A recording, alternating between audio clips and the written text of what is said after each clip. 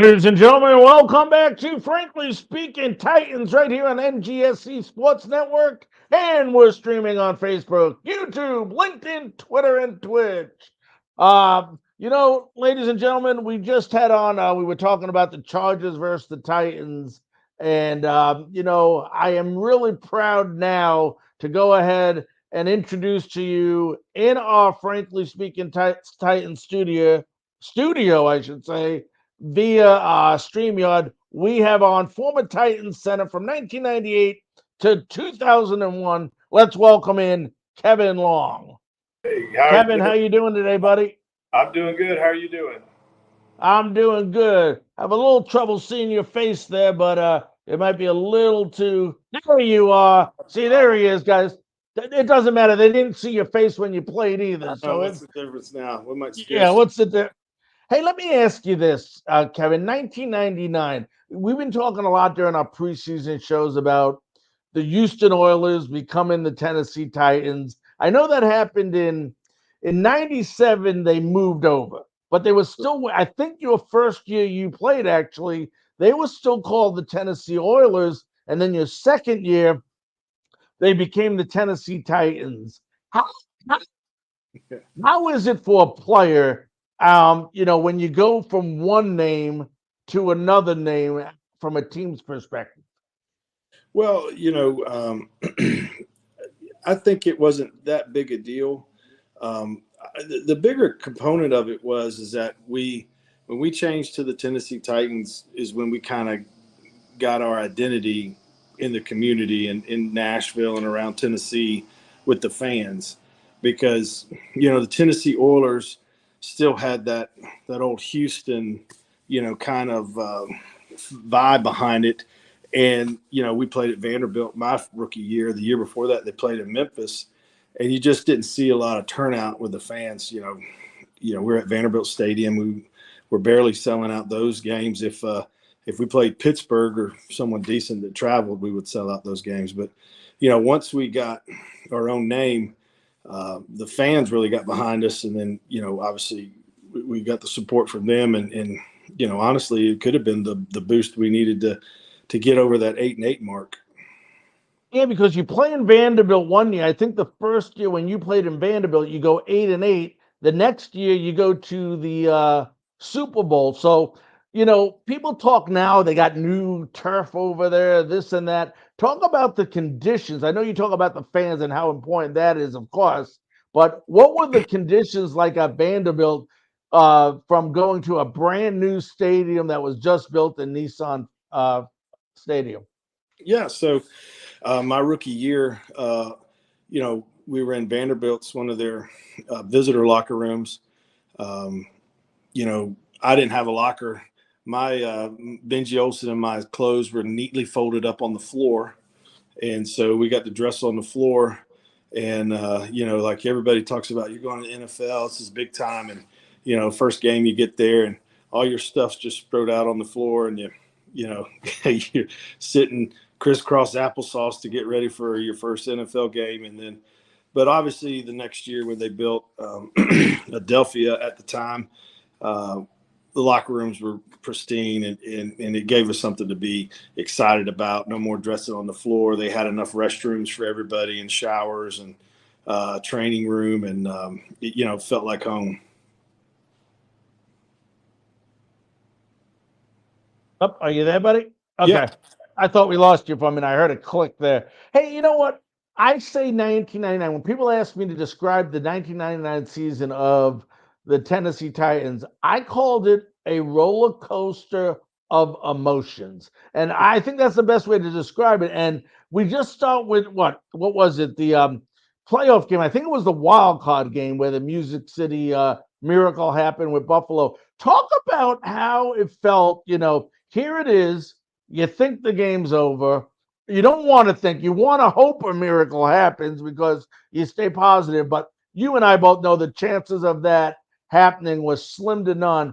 And then it happens. Walk us through your emotions before the play until after the play. Yeah, well, it actually started two series before that because we drove the ball down and kicked a field goal to go ahead. So we felt like, minute 30 left or whatever, and we're going to win the game. And of course, Buffalo comes back, drives the ball all the way down, and kicks a field goal. So we go from, winning the game to crap. Now we're going to lose. We're out. And so, obviously Lowry drew up that play, and so they hit the play, goes down the sidelines. The whole place is going nuts. Everybody's jumping up and down. And then holy crap, can't believe this happened. And then there's the 2.5 minutes or 3 minutes. It felt like an hour for them to decide whether it was a legal play or not. They had to go review it. So, you go like, we're winning, we're losing, we're winning. Oh crap, maybe we didn't win. So even at the last, because there was 2 seconds left, we had to squib kick it. I was like, crap, they're going to run this back. But it was just, the highs and lows of a football game. But yeah, it probably took 15 minutes total, but it felt like an hour. Yeah, I'm sure it did for the fans too. I'll tell you that much. Talk about, you get to the Super Bowl. Talk about the experience first. We'll talk about the game in a minute, but talk about the experience. Obviously, you've never been to a Super Bowl. It's only your second year, but talk about the whole, everything leading up into the hoopla, the distractions, or whatever you want to call it, all the media responsibilities you have that are just magnified so much more. Talk about that week leading up and then the Super Bowl as a whole. Yeah. So, the one thing that I'll say, this was the first year, I think the only year maybe, that they didn't do 2 weeks prior, where you got a week off. So, I mean, we played in Jacksonville, won the AFC Championship. We flew home. They already had us in an event at the stadium to kind of, either celebrate the win or to, congratulate us for making it to the AFC Championship. So we landed. They bussed us over to Adelphia. We had like a little ceremony there, and then they're like, all right, go home, pack your stuff, be back up here at, 10 in the morning.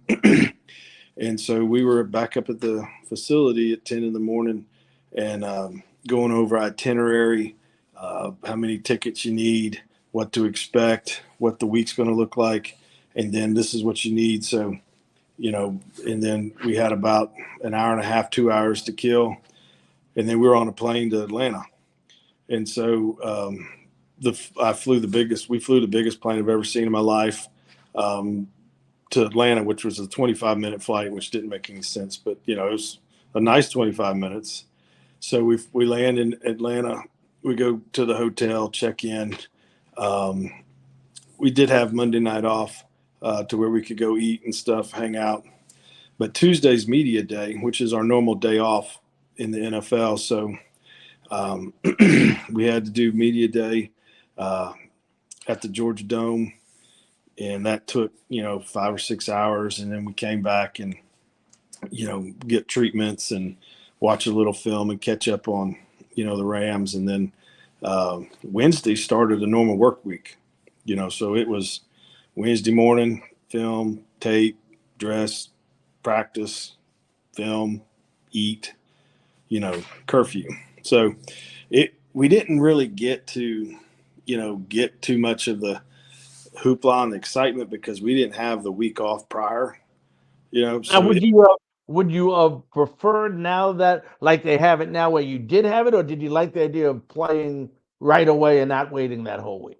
I think it would have been nice to have the week off prior, just so we could have got to experience a little bit more. I was stupid. Florida State. I played in 2 national championships. So we went to the Super Bowl. I just thought this is how we were going to do it. I didn't make a lot of videos and didn't keep a lot of memorabilia because I just thought we were going to do this every year because that's what I was used to with Florida State. So. Right. But it would at least given me some time to, prepare and to make arrangements and stuff like that. But it was an extremely fast week. I mean, it blew by. Now talk about we talked about the roller coaster. Here we go again in the Super Bowl. It's down to the last play of the game. You're down 23-16. Kevin Dyson has the ball, and he stopped right before the goal line. Now, you're watching that play. I mean, I'm sure you're actually, you on the field, I believe, on that play.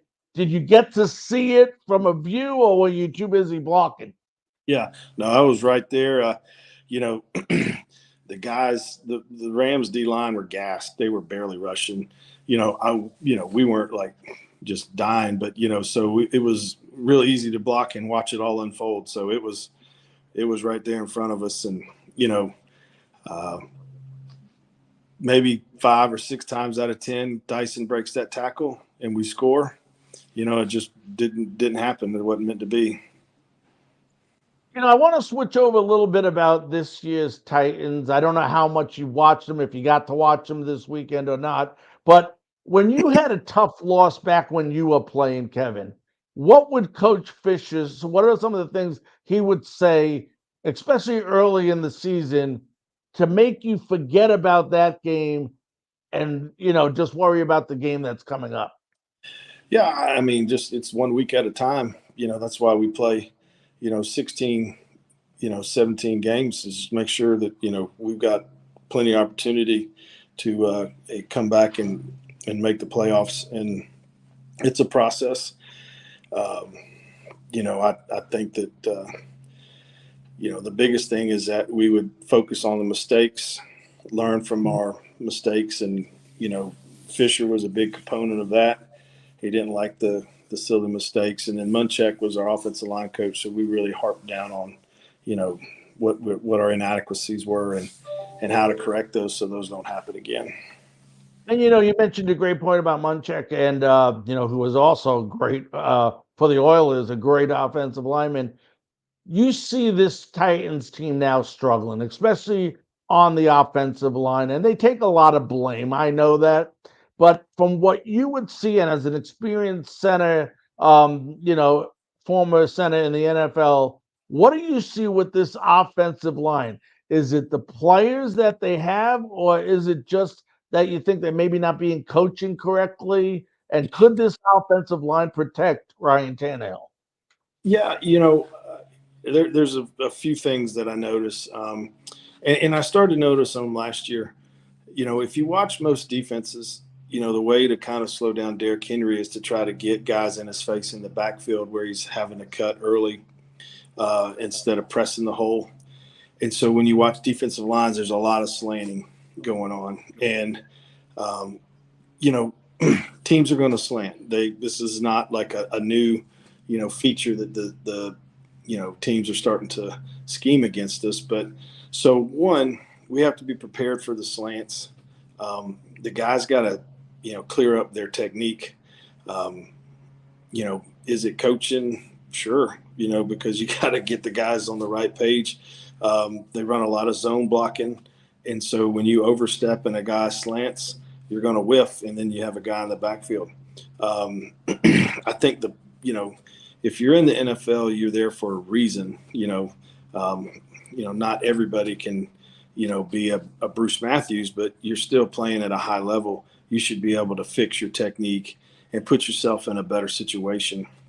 And so that comes down to reps, and those guys got to get, a ton of reps, and maybe the coaches need to put, defensive, scout teams together that do a lot of slanting so they can get used to blocking. The days of blocking the dummies are over, because the dummies don't move. As far as the protection's concerned, I think that comes down to the offensive coordinator and the O-line coach of, running some protections to where you don't have guys isolated all the time. Slide protections to the left or right, kind of throwing the defense, off kilter, having the running backs chip, especially on third and long downs, is huge importance, because the left tackle or the right tackle knows if they got a chip coming that they don't have to, they're not worried about getting beat outside. They can protect more of their inside pass rush. And so that to me is about the scheme that the offensive coordinator's running, turn back protections and things like that. They're going to put the guys in a little bit better situation to perform. And Kevin, I'm watching this game the past week, and I'm watching Ryan Tannehill, who had probably one of the worst games I've ever seen him play, as at least as a Tennessee Titan. And I'm watching him, and to me, and tell me if I'm wrong, you were watching the same game. It did, I've heard and I take what the announcers say with a grain of salt. Sometimes they're homers, sometimes they're not. You know how that goes. But I thought Tannehill had some time in certain situations where he didn't get rid of the ball, yet you kept hearing it was the offensive line's fault not giving him protection. From an offensive lineman standpoint, what did you think? Did Tannehill have enough time? And part two of that question is, and I'm going to get right to it because I've talked about this all preseason. How much of this goes back to Coach Vrabel not allowing his offense? He did allow the line, but the starters to play during preseason. Yeah, I mean, to answer your question, I don't think Tannehill had a great game. Obviously some of it comes down to the offensive line. They have to do a better job of protecting. But I think some of it, to answer part one and two of your questions, when you get those reps in the preseason, you get your timing back, Correct. and when you're at practice, you're in a red jersey. No one's going to touch the quarterback. So it's easier to step up in the pocket or roll out when you feel some pressure. But when you're in a real life game and there's a 300-pound defensive tackle that's trying to kill you, it's a little bit different. And so you could tell that he wasn't comfortable in the pocket. He was, expecting some rushes, so he rushed some passes. He threw off his back foot, expecting to get hit. And I think that comes with, maybe getting some more reps in the preseason. You can try to protect him, but obviously you could see what happened last night to Aaron Rodgers, 4 plays My in. goodness. He's Yep. out for the year. So, when we played the preseason, the first string didn't get a lot of reps the first game, but the second game they played to the second quarter. The third game That's right. we played to halftime and came out and got one series in the third quarter. And then the fourth game, it was, all the guys trying to make the team. So, but there was, a whole game atmosphere in there on that, especially that third preseason game where we played through halftime and then came back out and got a series in. But I think when you get those live reps, you get your every quarterback's got to have an internal clock, and they got to know when they need to get the ball, if they can step up. Like when you watch the greats like Peyton and Tom Brady and those guys, they take one little step up in the pocket and it buys them a half a second. Those How guys. much of that is trust also? I mean, as a quarterback, I know you played the line, but your quarterback has to trust his line. Otherwise, like you said, he's thrown off his back foot. He's rushing routes. We saw him miss two deep balls that were wide open, one to Spears, one to Chig. I mean, how much of that plays a role in trusting your offensive line? Oh, for sure. He's got to have confidence in it. And you could tell that, it looked kind of like the latter part of last year where he's, trying to get the ball out early. He's not, trusting his line and the protection and, his instincts, not every quarterback has to scramble out to the right or to the left. You can step up in the pocket, up and to the left or up and to the right and buy yourself a little bit more time. And, and here's the thing. It's one game. I'm not ready to throw in the towel. I think this is going to, obviously, Tannehill's a pro. He's been in the league for a while. Hopefully he builds off this and he starts, now he's gotten hit. He knows what to expect, and he can, improve on some of his decision making, this week against the Chargers. Yeah, a couple more questions. I'll let you run, Kevin. Speaking of the Chargers, they gave up over 500 yards of total offense to the Miami Dolphins. Tua threw for, I think, 466 yards. And they are considered the worst rushing defense in all the NFL. How much should that weigh in the confidence level for now. Ryan Tannehill had a bad game, but he's going up against probably one of the not so good secondaries in the NFL, knowing that his running game should be effective. That's got to weigh a lot of confidence going into this weekend's game versus the Chargers. Sure. I mean, it's always good to play a team that's, giving up a lot of yards. I'd be more interested to see the scheme that we come out with this week, because I do think they need to get Derrick Henry going. Absolutely. Same time, we have to have, somewhat of the element of surprise, maybe not run first down. Maybe we pass first down, run second down, just mixing it up a little bit, not being so predictable. But, it's you got to get the ball into the hands of your playmakers. I like what they did trying to get him the balls on the screens and the passes, but you got to see some more consistency in that. You can't have 10 rushes for 50-something yards in the first half and only 5 carries the second half on a mostly a tie or a 3-point game, the whole game. There's no need to really panic, but, when we're getting in our, 12 packages and running, 2 and 3 tight ends, we become more predictable, and teams are starting to put 8, 9 in the box against us. So I think we're going to have to show that we can run from the spread formation, or maybe just one tight end. And you know what? Everyone talks about our defense, and I thought our front 4, front 7, whatever you want to call it, was very good at the pass rushing against Carr. But I thought our secondary looked terrible. I thought Murphy Bunting got beat on 2 plays. He's the free agent we picked up from the Buccaneers. I mean, I think our secondary definitely has to play better against a high-scoring. They got Eckler in the backfield. They got, of course, Herbert, who's proven to be a great quarterback. So they can put up points, and we all know that the Titans only average about 20 points a game. Right. And I think you're going to find that most of the season, we're going to have to figure out how to not kick field goals when we get in the red zone. I mean, 5 for 5 in field goals is great.